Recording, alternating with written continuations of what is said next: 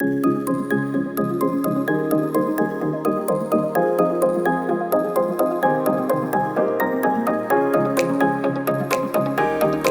a todos, mi nombre es Fabio Andrés Bonilla y les doy la bienvenida a un nuevo episodio de Insolvencia al Día, un podcast producido por el Departamento de Derecho Comercial de la Universidad Externado de Colombia y el Instituto Colombiano de Derecho Concursal.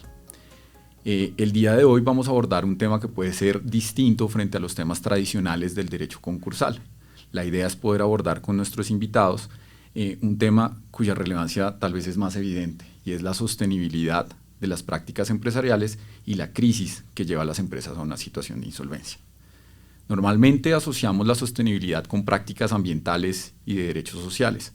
Sin embargo, no podemos perder de vista que la sostenibilidad incluye un componente del manejo financiero sostenible, precisamente, de las empresas. Entonces, en ese sentido, ante las restricciones de fuentes tradicionales de financiación, queremos buscar y explorar con nuestros invitados preguntas acerca de si la sostenibilidad puede ser un ángulo importante para buscar financiación en fuentes no tradicionales y si eso de alguna manera ha cambiado en un contexto global y político como en el que estamos enfrentando en este momento.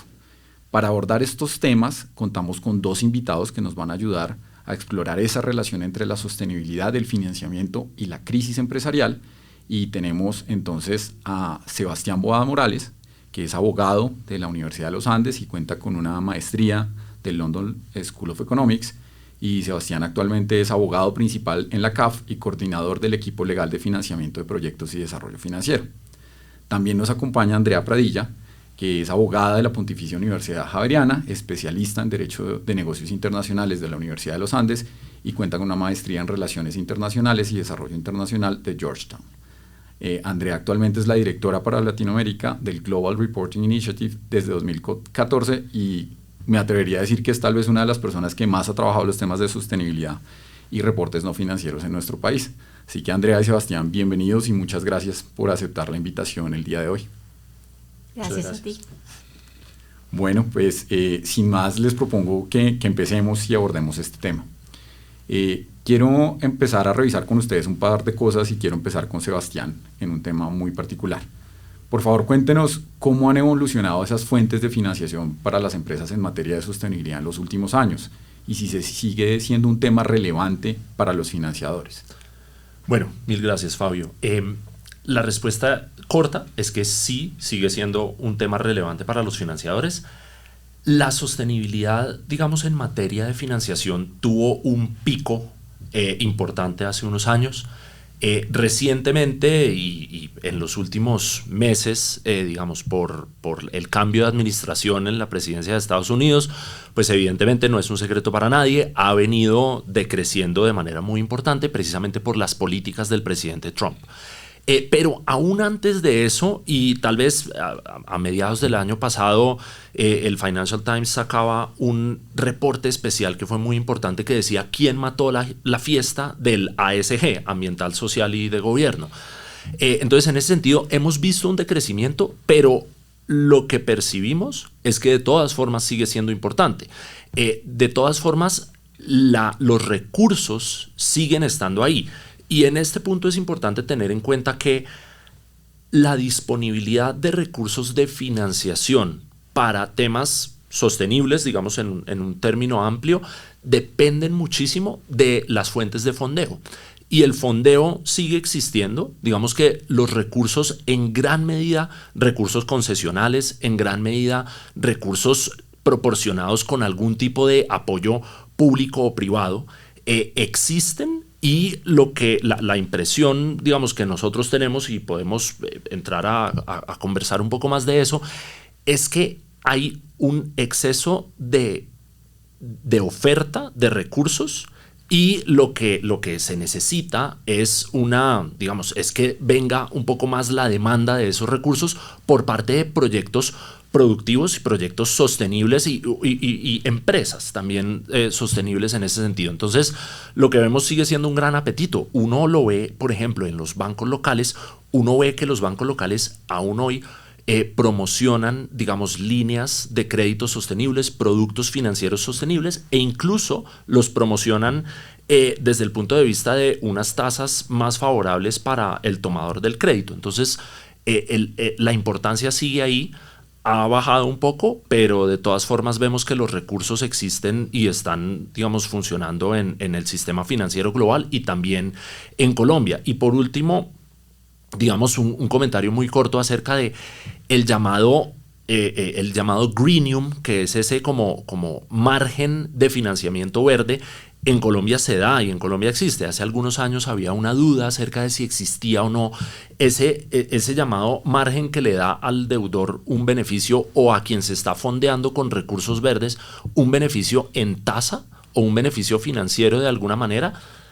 Existe y está en este momento vivo, y uno lo ve en el mercado activamente, especialmente con recursos que vengan de entidades que tengan recursos concesionales o de banca multilateral o de apoyo, o con algún tipo de asociación de sectores públicos y privados. Fantástico, me parece además muy relevante en el contexto del podcast que estamos abordando el día de hoy, saber que hay fuentes disponibles para la financiación empresarial, pero el problema es cómo llegan esas fuentes a los interesados, y justamente una empresa de crisis necesita nuevos recursos.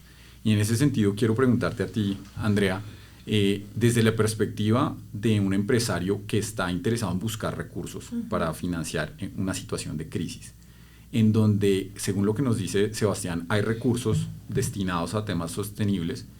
De pronto en este tipo de financiador, la información financiera no es la más relevante, y la información no financiera pasa a ser también determinante. ¿Qué elementos de un reporte de información no financiera, o qué debería tener en cuenta un empresario en crisis para tratar de aspirar a obtener este tipo de recursos? Me encanta la pregunta, y te confieso que me puso a pensar, porque no es normalmente un escenario desde el cual se aborde la elaboración de un reporte. Tú normalmente piensas en hacer un ejercicio de rendición de cuentas en temas ambientales, sociales y económicos cuando las cosas van bien. Pero cuando las cosas no van bien, se abre una pregunta que es mucho más estructural, y es: ¿yo cómo abordo una crisis? Que creo que fue quizá el detonante del postulado. Y de alguna manera dependerá. Yo creo que ahí voy a jugar con dos escenarios principales. Uno, la empresa que ya venía haciendo esto, ¿verdad? Yo ya tengo un músculo construido alrededor de rendir cuentas de forma no financiera. Yo ya me he venido entrenando con estándares, tengo unas prácticas de rendición de cuentas y de transparencia que me permiten continuar abordando la crisis con algunos ajustes que tendré que hacer. Pero hay otro escenario que me parece que es mucho más interesante, y es el que nunca había rendido cuentas. Que dirá: en semejante crisis en la que estoy, me voy a poner a hacer un reporte de sostenibilidad cuando el presidente de los Estados Unidos dijo que esto no sirve para nada. ¿Es esta la decisión correcta o no? Y digamos que ahí yo quiero volver un poco a la figura misma de por qué se mete en uno de estos procesos. Y creo que el proceso mismo, hay como dos componentes en un proceso de insolvencia. El primero es ese reconocimiento que hace el Estado de que la empresa tiene una función social y que vale la pena no dejar que se quiebre, sino acompañarla a reestructurarse. Y yo creo que desde esa función social de la propiedad y de la empresa, si hay un deber del empresario de contarle al Estado y a los grupos de interés cómo está haciendo ese cumplimiento de esa función social que le permite que le den una figura distinta para reorganizarse. Yo creo que ahí hay un primer elemento que es crítico. Y hay un segundo elemento, es que yo quiero caja en mejores condiciones para poder salir de la crisis. Y en ese segundo componente es fundamental que yo construya confianza. Confianza hacia diferentes grupos de interés. Los inversionistas, que lo abordaré en un momento, pero no solo los inversionistas. Tú tienes que darle confianza a tus empleados de que algún día vas a llegar a lograr cumplir con esto, y a tus proveedores, y ahí entran unas negociaciones de tiempo, modo y lugar, donde entre más transparente seas, más confianza vas a generar y puedes mitigar los escenarios de pánico que tiene uno cuando uno es acreedor de una empresa de estas. Entonces, no es que yo no esté en crisis, cómo estoy abordando la crisis y cómo esa transparencia me permite a mí generar confianza, que al final es un capital social para abordar la crisis, pero también post-crisis, de cómo yo manejo una empresa en tiempos difíciles. Y frente a los inversionistas, para mí es crítico, porque es que normalmente la información financiera a ti lo que te entrega es un estado que fue, digamos, de unos resultados, pero normalmente no te dice cómo llegaste ahí. Y el cómo llegaste ahí está siempre en la información no financiera. Hubo aspectos de gobierno corporativo, hubo falta de adaptación a las condiciones del mercado. Es decir, ahí es donde yo cuento el cuento de qué fue lo que pasó. Y más importante aún, de cuál es mi visión frente a lo que está pasando y cómo los temas ambientales, sociales y económicos, si lo estoy haciendo bien, corresponden a un impacto que a su vez se traduce en una oportunidad, en un riesgo. Cuando yo logro conectar impactos de una empresa en el desarrollo sostenible con riesgos y oportunidades del negocio, al final le estoy diciendo al inversionista dónde me veo en 1, en 5, en 10 años y cuál es mi habilidad de adaptarme al contexto, entendiendo que yo tengo unas dependencias de ese contexto, que yo dependo del capital natural para hacer una producción de un bien o servicio, y lo que le estoy mostrando a ese inversionista es mi capacidad de entender ese contexto dentro de la estrategia de mi empresa. Entonces, lo primero que es crítico para que un empresario o una empresaria hagan ese contexto es entender por qué va a ser un reporte de sostenibilidad y enmarcarlo en un propósito más amplio. De lo contrario, es un ejercicio muy mecánico. Ya, digamos que entrado en gastos, por así decirlo, pues yo sí pensaba un poco con esta pregunta, que es un poco como los productos mínimos viables de las startups, un reporte mínimo viable. Y es muy enfocado en temas que sean absolutamente materiales o críticos desde el punto de vista de los impactos que está teniendo, pero también de los riesgos y las oportunidades. Y se me viene a la mente indicadores de gobierno corporativo que deberían estar sí o sí, yo como estoy tomando decisiones, indicadores de ética y anticorrupción, que son muy importantes en estos casos, todo el tema dependiendo del modelo de negocio de empleados, los temas climáticos dependiendo por supuesto del modelo de negocio, y a eso le llamamos, digamos que en la elaboración de reportes de sostenibilidad, pues un análisis de materialidad muy sólido.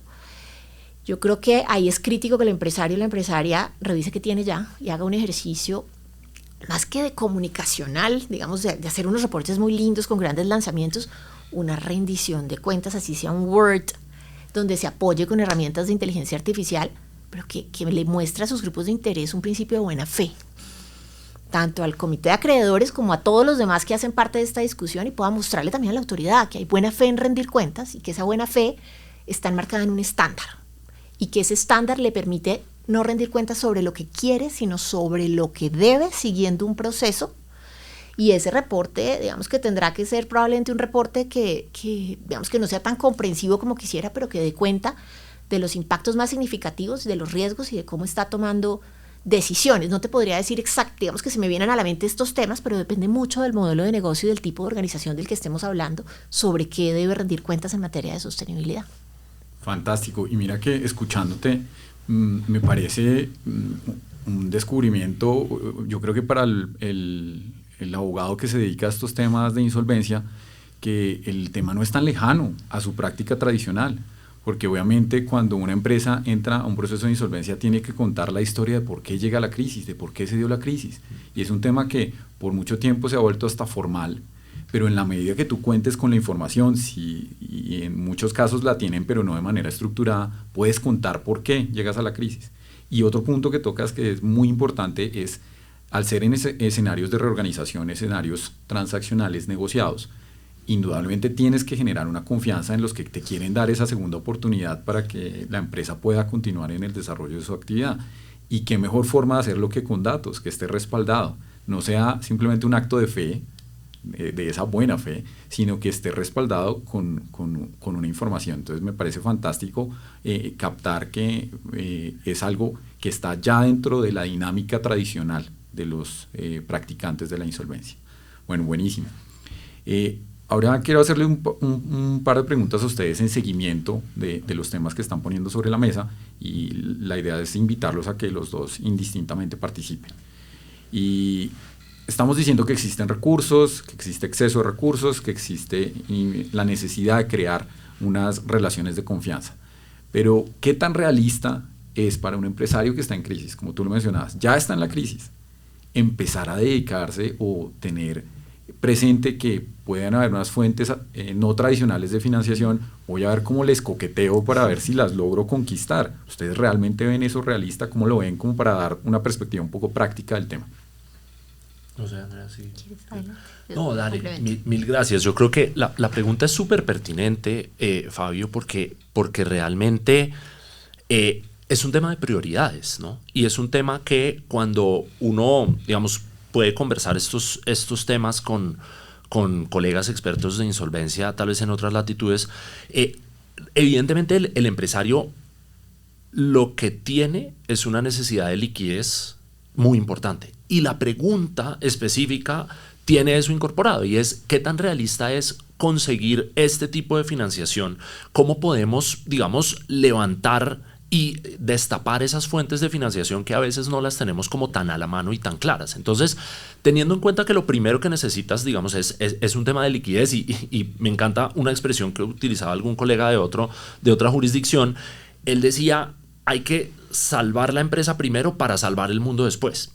Y en ese sentido estoy muy de acuerdo con lo que mencionaban ustedes dos ahorita, y ustedes mencionan, hay que tener una historia acerca de cómo llegué aquí, pero también hay que tener una historia acerca de cómo soy atractivo para que tus recursos estén bien colocados, estén colocados de forma responsable, y tú, digamos, mediante la inyección de esos recursos, saquemos adelante a la empresa. Entonces, en ese sentido, hay otra historia por contar. Hay una historia acerca de, bueno, yo me voy a empezar a transformar. Y Andrea, tú ahorita lo que decías era, voy a empezar a hablar de las empresas que tienen muy fácil, digamos, empezar a incorporar o darse cuenta que ya están haciendo muchas cosas, digamos, que uno podría categorizar como ASG, pero que simplemente no lo saben de antemano. Y uno a veces habla con algunos empresarios que ya tienen incorporado dentro de su modelo de negocios muchos de estos elementos, solo que hay que empezar a medirlos y hay que destapar eso. Entonces, para esos, digamos, en términos realistas, uno lo que les podría decir también es, asesórate en temas técnicos acerca de cómo puedes empezar a contar esta historia acerca de lo que estás haciendo, o acerca de lo que puedes empezar a hacer un poco mejor. Y para eso también hay recursos. Para eso, digamos, es un poco, digamos, no son recursos financieros propiamente. Para eso hay cooperaciones técnicas no reembolsables que tienen algunas entidades multilaterales. Yo vengo del mundo multilateral, entonces digamos que estoy muy centrado en eso. Asesorías financieras, productos que son no reembolsables que te pueden dar una ayuda en eso, y muchas veces cuando las compañías se están certificando para digamos, para emitir deuda financiera sostenible o de alguna manera verde o con todas las categorías de sostenibilidad, pues viene una asesoría técnica muy importante que muchas veces puede ser una asesoría incluso no reembolsable. Yo creo que depende. Mi respuesta en estos temas casi siempre que es depende, porque es que depende mucho del empresario, del tamaño de la empresa, del sector de la empresa, de la ubicación geográfica de la empresa, y un poco como al final, creo yo que buena parte de estos procesos dependen de quién está administrando la empresa y tomando las decisiones. Al final, digamos que cómo voy a financiar yo la crisis depende de qué tanto conozco yo cuáles son las opciones disponibles. Entonces, cuando normalmente a las empresas les hablan de inversión responsable, las empresas no entienden bien eso qué significa. Y eso sí ha llevado a que haya más recursos colocados que demanda sobre los mismos. Cuando se habla de inversión responsable, hay al menos 6 tipos distintos de estrategias que utilizan los inversionistas, dependiendo de ellos quiénes son, porque así como las empresas no son iguales, los inversionistas tampoco. Distinto es un inversionista institucional que un inversionista de impacto. Entonces, también ellos tienen muchas estrategias de inversión. Entonces, no es sencillamente decir, yo como empresario quiero financiarme. Eso digamos que es el primer paso, pero yo tengo que entender hacia quién estoy yendo. Si es un fondo de impacto, por ejemplo, el mandato de inversión es completamente distinto que si es un fondo tradicional que lo que está haciendo es, por ejemplo, exclusión de algún sector o está haciendo integración específica de criterios ASG. Son cosas diferentes. Entonces, muchas veces la frustración viene porque yo pienso que por hacer cualquier cosa en sostenibilidad voy a obtener la financiación. Uno de los principios cuando uno hace un reporte es ir a preguntarle al inversionista qué información necesita saber de mí para poderme financiar. Y eso es un punto de partida, pero no es necesariamente es un punto de llegada. Es un punto de partida para abrir una conversación para que ese inversionista entienda yo cómo gestiono impactos, riesgos y oportunidades. Con base en eso, yo voy a encontrar distintos tipos de portafolio en el mercado.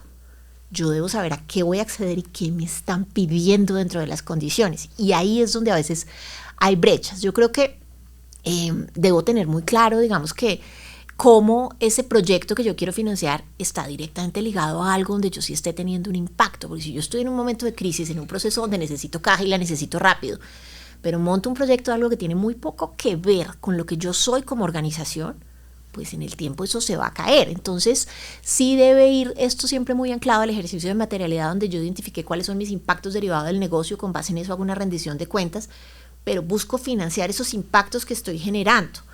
porque hasta cierto punto esos impactos son riesgos del negocio que son pertinentes para el inversionista independiente del mandato de inversión que tenga. Ya con eso en mente, como inversionista voy y miro si yo me apalanco en banca, si yo emito, cuáles son los diferentes instrumentos, pero para ajustar expectativas yo debo entender muy bien cuál es el instrumento de financiación al que yo quiero acceder, cuáles son las condiciones de ese instrumento y cuáles son las más viables. Oportunidades hay un montón en el mercado. Y esto que comenta Sebastián lo vemos todo el tiempo, y es el inversionista lanza su fondo o su línea de crédito y no logra las metas de colocación. Y vamos a mirar por qué, porque los proyectos se caen. ¿Por qué? Porque normalmente sí tienen ya los inversionistas requisitos para evitar ellos mismos el greenwashing, que son estrictos y son exigentes. Es decir, no puedo financiar la pintada de un muro verde.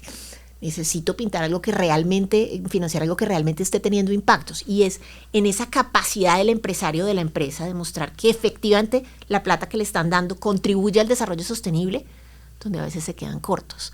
Entonces, si bien estamos en tiempos de crisis y uno puede decir, dejo la sostenibilidad para después, si yo entiendo realmente de qué estoy hablando en sostenibilidad, estoy hablando de impacto, oportunidad y riesgo, y eso es el negocio mismo, eso no es algo aparte del negocio. Si yo me estoy imaginando que es salvar el mundo, como les pasa a algunos, eso pasa después, puede que sí, puede que no, pero es que la pregunta que hay que hacerse es cuáles son esos impactos que yo tengo en el desarrollo sostenible y al mismo tiempo yo cómo dependo del desarrollo sostenible para salir de esa crisis. Entonces, si yo no entiendo que mis empleados son críticos para mi operación y que no voy a salir de la crisis, si no logro un acuerdo con ellos, probablemente esto va a fracasar.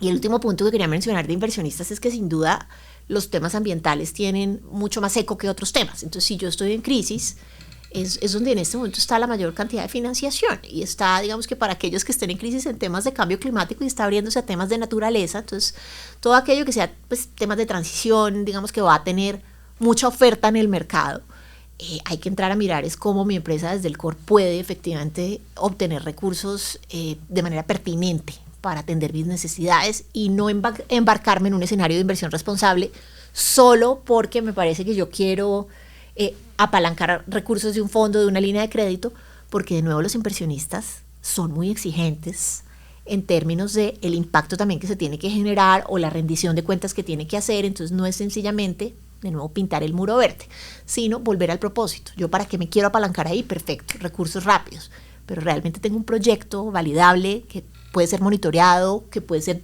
verificado por un tercero y va a pasar. Esto aplica para proyectos en pequeña escala, pero también para emisión, por ejemplo, de bonos temáticos. Y es el proyecto que yo estoy financiando está conectado con un impacto y ese proyecto es verificable y ese proyecto efectivamente está haciendo lo que dice que tiene que estar haciendo. Entonces, sí, definitivamente hay una bolsa gigantesca, pero no es una bolsa que yo llego y te digo, Sebastián, hazme un favor, mira, pinte una puerta verde, ayúdame a financiar la pintura verde. No, porque el inversionista va a pedir impacto porque a su vez él tiene que reportar el impacto que está financiando. Fantástico. Y eso que dices me pone a pensar en algo, no sé si estarías, por ejemplo, tú de acuerdo con eso, y es que en temas de sostenibilidad siempre se habla del riesgo del greenwashing, es como para ser claro con la audiencia, pues ese riesgo de no ser auténtico con lo que realmente se está haciendo. En insolvencia pareciera que el riesgo de greenwashing es mucho menor, precisamente porque hay muchos incentivos en cabeza del potencial financiador, de que a mí no venga a dar carreta, yo sí realmente sé qué es lo que estoy haciendo y en dónde voy a poner mis recursos, de modo que a mí cuénteme de manera estructurada, con información real, para qué es que necesita los recursos. No sé si sería, por ejemplo, realista afirmar que de pronto acá, sobre todo porque es importante, porque en insolvencia hay muchos casos en donde los promotores terminan siendo los mismos representantes legales. Se abrió esa posibilidad en el derecho concursal colombiano de permitirle al mismo empresario que ya enfrente la situación que viene a crisis, que sea él el que lidere la posibilidad de hacer un acuerdo con sus acreedores para salir de esa crisis. No sé cómo verían esa afirmación, si sería realista o no. Yo creo que en principio tiene sentido, es que tú parte del supuesto que tú como empresa aceptaste que estás en crisis. Y de esa aceptación viene el que sabes que tienes muchos ojos encima. Entonces, en escenarios yo creo que tienes mucho que perder si mientes y mucho más que ganar si logras generar esos puentes de confianza alrededor de información que es la que es. El dato te bota un número, pero la historia la cuenta el empresario, de cómo llegó ahí. Y a eso le llamamos nosotros enfoques de gestión, y es donde yo le explico a mis grupos de interés eso, porque es un impacto, cómo se da el impacto, cómo voy a mitigar el impacto y si mis acciones de mitigación funcionan o no funcionan.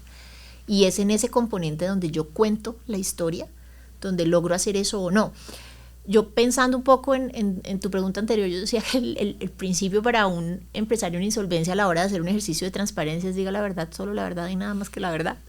Y ya, ahora, si tú lo llevas a un contexto más amplio, ese debería ser el principio en cualquier reporte de sostenibilidad y según nuestros estándares así debe ser.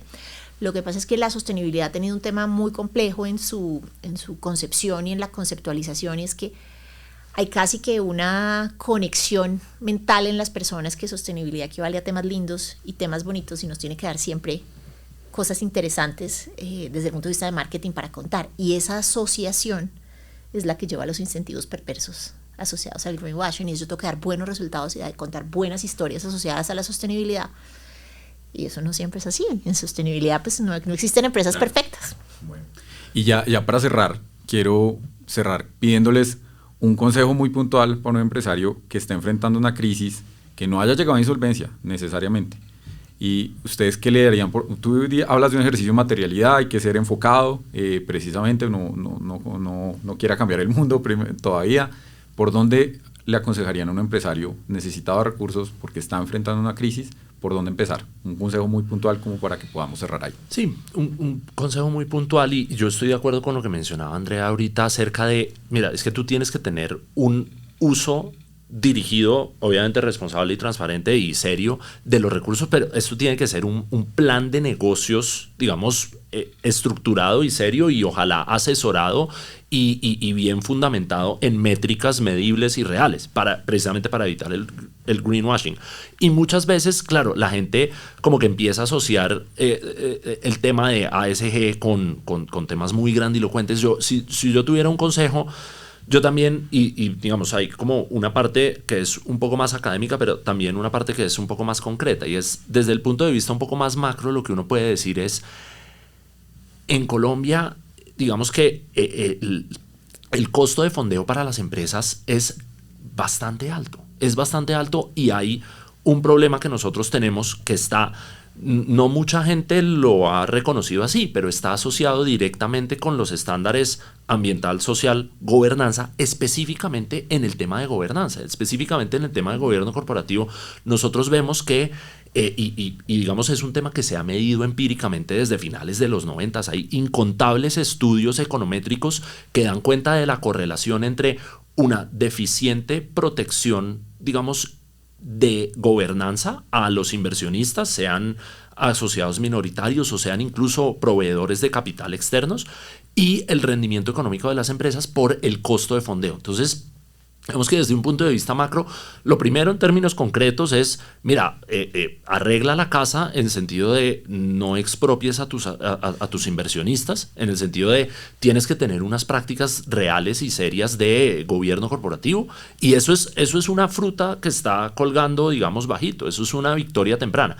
Y ya en términos, digamos, de tratar de ver un turnaround de la compañía, como los expertos en insolvencia lo mencionan, es asesórate y busca también busca dirigir esa historia o ese turnaround al que quieres llegar, busca dirigirlo con la asesoría de alguien que sepa de estos temas y que ya los hace, y que muchas veces los recursos van a poder venir, digamos, con unas tasas preferenciales o con unos beneficios para ti como empresario. No intentes hacerlo solo, porque digamos que es un momento crítico para la empresa y uno piensa que digamos que no va a tener recursos para muchas cosas, pero intenta asesorarte en estas materias, porque unas métricas bien diseñadas y bien dirigidas con gente que conoce el mercado, específicamente, como lo mencionaba Andrea, cada proveedor de financiación o de capital, digamos que va a tener sus propios objetivos y sus propias metodologías, y hay gente que los conoce a muchos de ellos y sabe cómo trabajar con algunos de ellos. Entonces, esa asesoría externa técnica es esencial. Perfecto. Y Andrea, un consejo de cierre. Respirar, no entrar en pánico. Y preguntarse, digamos que aún si no voy a apalancarme en inversión sostenible o verde, sino inversión tradicional, lo principal que yo necesito hacer como líder empresarial es generar confianza en mis grupos de interés, proveedores, empleados, accionistas, inversionistas, Y ese ejercicio solo se puede lograr desde la transparencia. Y esa transparencia tiene que ir mediada a través del uso de estándares internacionales. De lo contrario, son hojas de vida que todos tenemos maravillosas de nuestros logros. Entonces, mi consejo, aparte de mantener la calma, es enmarcar este ejercicio desde el costo de no hacer un ejercicio de transparencia. O sea, ¿qué pasa si yo no lo hago? Y apalancarse en lo que ya tiene para lograr ese reporte de transparencia mínimo viable. No digamos que con los grandes elementos que podría tener una empresa que no esté en crisis, pero sí enmarcar la crisis y desde el valor de la transparencia y la generación de confianza con los grupos de interés. Bueno, pues fantástico. Créanme que he disfrutado mucho esta conversación. Les agradezco por el espacio y los temas que hemos abordado. Y sin más, pues nos despedimos. Esperamos haberles contado a nuestra audiencia la razón por la cual son temas relevantes dentro de la insolvencia y la crisis empresarial. Y los invitamos a que estén pendientes del siguiente episodio de Insolvencia al Día. Muchas gracias.